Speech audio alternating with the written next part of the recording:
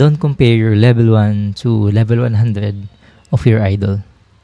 You see, madami tayong nakikitang content creator or successful business owners na nagko-content and nagiging business influencers on social media.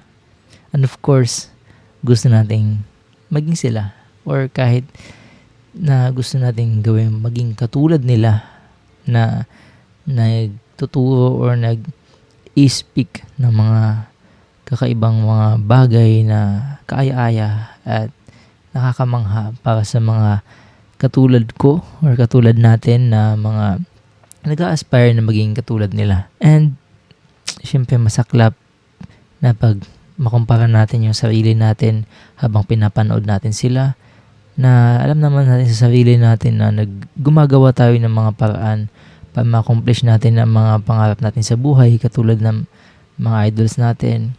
Pero yun nga lang, we often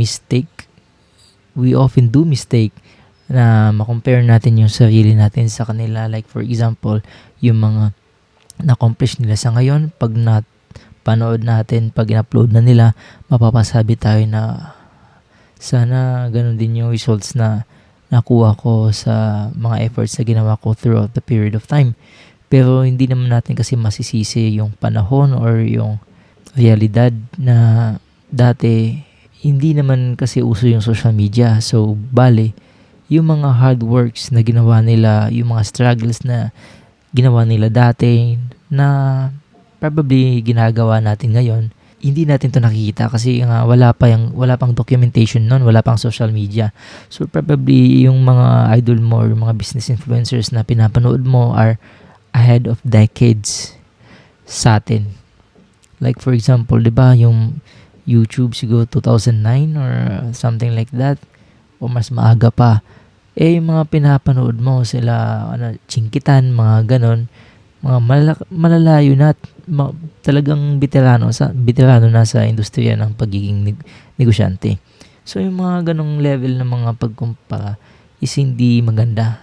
Mas mabuti na gawin na lang natin inspiration sila sa mga hakbang na tinatahak natin kasi magiging positive yung impact neto sa kalagayan ng tinatahak natin. Like for example, kung ikukumpara mo yung sarili mo sa tulad ni Chinkitan, masyado nang malayo. At kung itatabi mo yung sarili mo sa kanya, talagang mapapababa yung moral mo kasi kinukumpara mo yung Chinkitan sa sarili mo . Hindi maganda.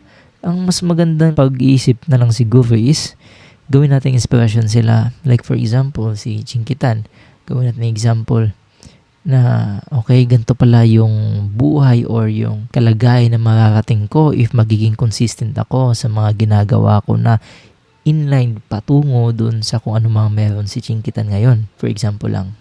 Or kahit sa mga basketball players na mga sikat. Ano bang mga ginagawa nila, ganito ganyan, mga nagsikap ba sila mag-training or hindi. Basta maging consistent lang tayo. Kasi may ideal image na or figure na ma-accomplish natin at the end of the time. So, we should shift our mindset para hindi tayo malugmok or maging stuck. Dahil kung iisipin natin na hindi naman ata nagre-result yung mga actions ko compare sa kanila, yung negative impact na masasabi mo sa sarili mo na hindi ka nag-gain or hindi nagiging productive yung mga actions mo, it will reflect negativity sa katawan mo. So bali, di na nagiging responsive yung pagiging eagerness mo na mag-strive pa for more. Pero yun nga, ang nakikita lang kasi natin sa social media, oftentimes, hindi naman sinasabi kong lahat ng mga business influencers or content creators na mga successful ngayon is puro lang mga karangyaan or mga successful stories lang pinapakita nila. Meron din mga ibang mga successful entrepreneurs na na-document talaga nila yung mga journey nila sa mundo ng social media. Pero most of the time, may mga successful entrepreneurs kasi na pumapasok na sa social media na sa panahon nila wala pang internet. So, hindi dapat na i-compare natin ang sarili natin sa kanila. Bagkus, gawin natin silang inspirasyon para magpatuloy kasi we never know. Yung mga struggles na pinagdadaanan ko ngayon, napagdaanan na pala nila. Hindi lang sila sumuko. 'Di ba? May mga kasabihan pa nga na nagsasabing, okay lang magpahinga, wag lang titigil. Kasi pag tumigil ka, pangarap ang masasakripisyo, and talo ka. Yun lang. Peace.